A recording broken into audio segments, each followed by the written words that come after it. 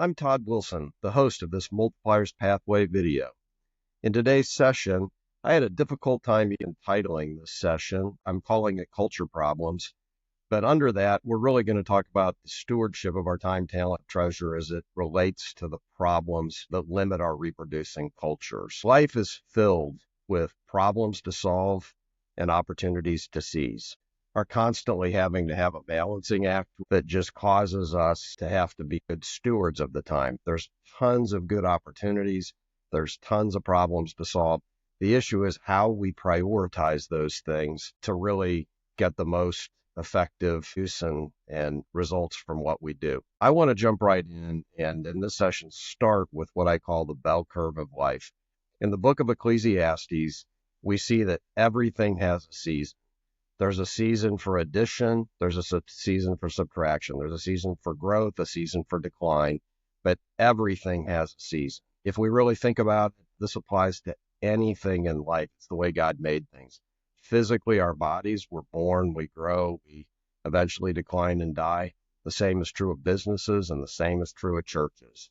There's no churches around today that were around 2,000 years ago. We've relied on this birth, death cycle for over 2,000 years in the church. So we just need to embrace this idea that everything has a season. With that in mind, it's a fair question to say, on these three areas of adding, plateauing, and subtracting, at any given time in the history of Christianity, what would we expect the percentages of churches to be in each of those categories? I think that what we actually see from two different studies that have been done nationally is that about a third, and a third, about 30% of churches are adding, about a third of churches are plateauing, and about a third of churches are subtracting. And so we have to just let that sink in. Is that statistic a problem? How much effort do we want to put in trying to significantly change those statistics?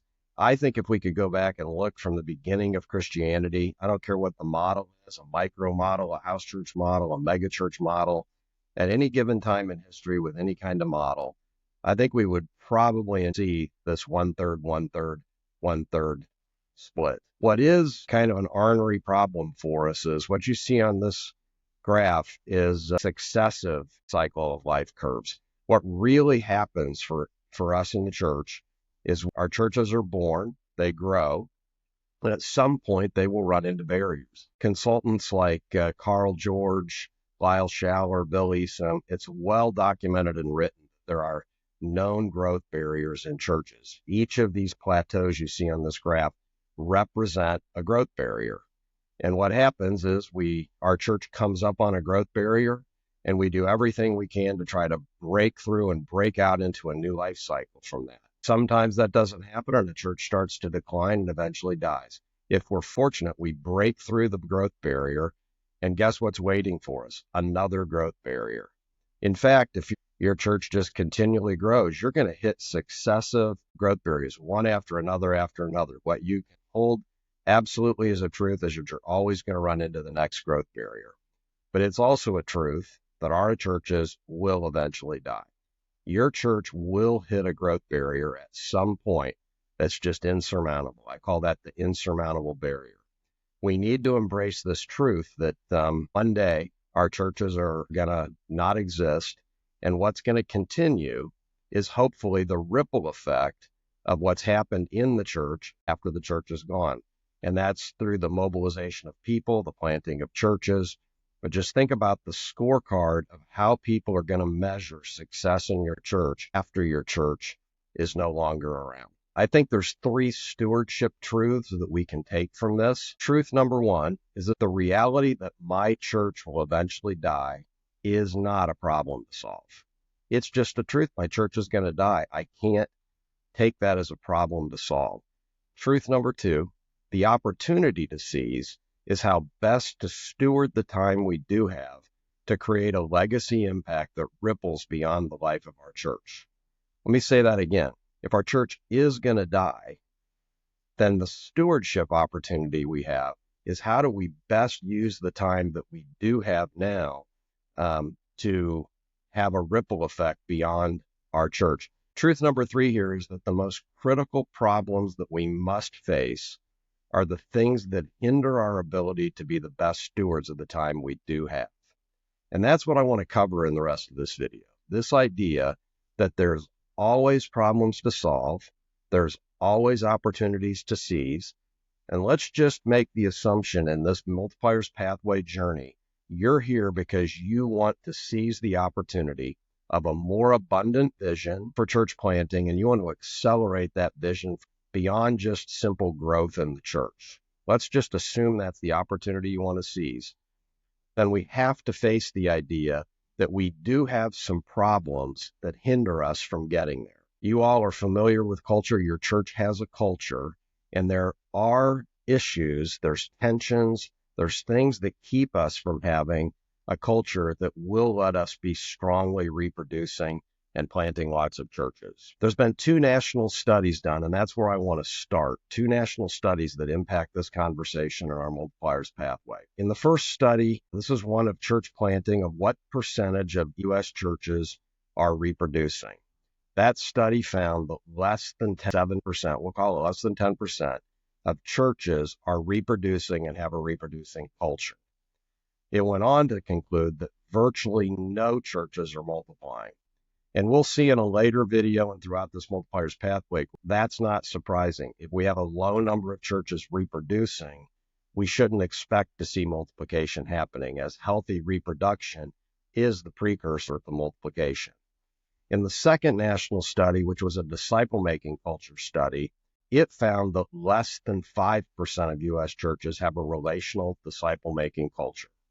Now, this is the study I want to press into. I know you're in this journey for church planting, but there's no way around it. The problems that we face with disciple-making and overcoming the programmatic institutional operating system that we have in the U.S. church is the ornery elephant in the room that really hinders and limits our church planting activity. And we're going to have to face that head on in this Multipliers Pathway. From this discipleship study that was done, I'm going to extract some specific findings and some recommendations and learnings from that report. In the first finding, most church leaders are overly optimistic and overestimate their church's disciple-making performance. They see virtually any church-related activity as connected to disciple-making. Lead pastors are asked to rate how their disciple-making is happening in the church. Most pastors think about how they spend their week. Oh, I'm in staff meeting, or planning an outreach event. There's never a lack of a busy calendar for any church leaders. And when we equate activity on calendars to disciple making, that's what gets us in trouble here. So most pastors think the calendar's full of good activities, but where the disconnect comes in is that they're overestimating what the actual disciple-making activity is. What was found was that a large percentage of churches who thought they had a strong disciple-making culture in place were having no conversion growth. Now, that just doesn't add up. You can't have a strong disciple-making culture and have no conversion growth. But that disconnect is this overestimation that leaders have. Finding number 2, there is a lack of commonly understood definitions of disciple, discipleship, disciple-making culture, and disciple-making movement. And that's both nationally and in local churches. I want to impress right now, in this Multipliers Pathway, one thing we want you to do is embrace language. Not embrace somebody else's language, but in each of these areas we're going to talk about. Disciple-making, mobilization, reproducing culture, you need a specific language that you use over and over, celebrate, and that everyone in the church comes to know. If I go back to the first finding, really what the problem in the first finding is that there's not a commonly embraced or understood definition of what a disciple-making culture is. So when a lead pastor is asked, how strongly do you rate disciple-making in your church? That word disciple-making means different things to different people, and hence we get the overestimation. It's really important that we have these solid definitions. In finding number 3, most churches have an aspirational versus a functional mission for disciple-making. That influences every aspect of church decision-making and programming. Let me make that practical. If we were to just walk into most churches in America and ask them, do you have a disciple-making mission? Most are going to say yes. The reality is that is more of an aspirational than an actual mission. The functional mission of most churches ranges somewhere between survival, growth, building a large sustaining church, but not necessarily disciple-making at the core. Finding number 4, most churches have an institutional programmatic growth engine. Highly programmatic cultures are barriers to relational disciple-making cultures. We can right away see the tension that we have in our churches then. We need to have these disciple-making cultures. They're important to creating reproducing cultures, but if we are implementing highly institutional programmatic growth engines, we're actually fighting against creating the culture for disciple-making and hence for reproducing. I'm just going to pause and say, this is why I said in the previous video, we're going to spend the first couple of sessions really dwelling in this area of the disciple-making culture, the mobilization culture, and how those two are really important foundational elements in a reproducing culture that leads to a greater impact in church planting.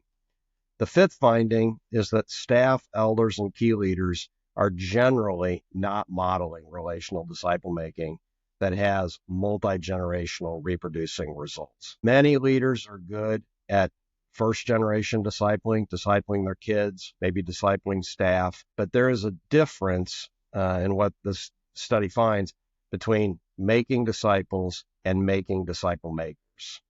We can make disciples who never turn around and make more disciples, but now the paradox is, have we really made a disciple if that disciple doesn't turn around and make another disciple? And that's part of where we're running into the challenges in our disciple-making culture right now.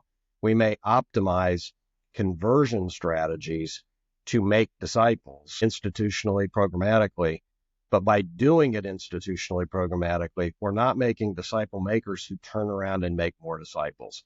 We're relying on the machine of the institutional program to keep making the disciples. And the final finding that really comes out of all the others is that most churches lack a simple, reproducible, 9th grade level disciple-making pathway. This is one of our key 6 elements of the gospel saturation vision scope that's going to guide our journey in this Multipliers Pathway. So if we take all those findings, and we just need to face this reality, in the U.S. church, the prevailing operating system is a consumer-driven operating system.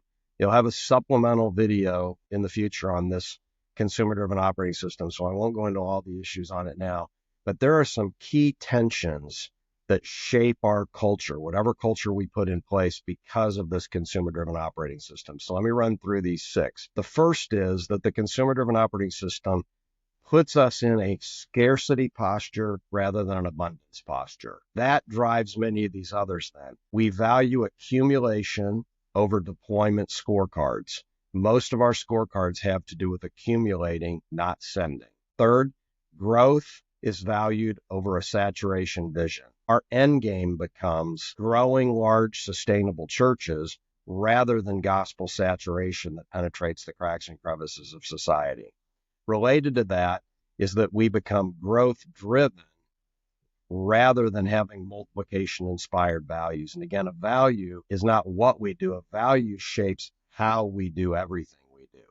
So if our values are more growth-inspired, growth is going to shape how we do everything. But if we want multiplication to shape how we do everything, then our values need to represent multiplication. Institutional programmatic growth engines versus relational disciple-making cultures. We've talked about that on previous slides. And then finally, all of these things end up, because of the institutional programmatic growth, our volunteerism becomes the focus rather than mobilizing everyday missionaries. Just think, volunteerism tends to be, in our context, an accumulation strategy to fuel the institutional programs we're running in the church. And that is at the exclusion of our ability to mobilize everyday missionaries into the cracks and crannies of society. You can see how all these factors start to come together and really shape cultures that are more inwardly focused, that are more scarcity driven rather than an abundant vision of gospel saturation that would require us to significantly collaborate beyond our churches and mobilize armies of everyday missionaries. As we wind down, I want you to be optimistic. This video is probably one of the heavier ones that we'll do. I know it sounds negative, all these things we're talking about. You're in this journey because you want a big vision of abundance for church planting. And here's the good news. Even in the middle of our consumer-driven operating system, we're going to help you put strategies in place that are going to accelerate your church planting. I have no doubt about that. You are going to accelerate your church planting. We are going to dwell some on these foundational issues that impact culture, because we think if we can deal with these core issues inside of our churches, it's going to position us for reproducing cultures that then just accelerate and give us a bigger impact on our church planting than we could have institutionally. And so that choice is going to be yours. We want you to put the strategies in place. We just want to help you put the strategies in place that are going to give you the biggest impacts. Finally, you could probably tell on these elements, the gospel saturation vision scope that's going to drive our process here, it really does address most of these tensions that we've just unpacked in this video.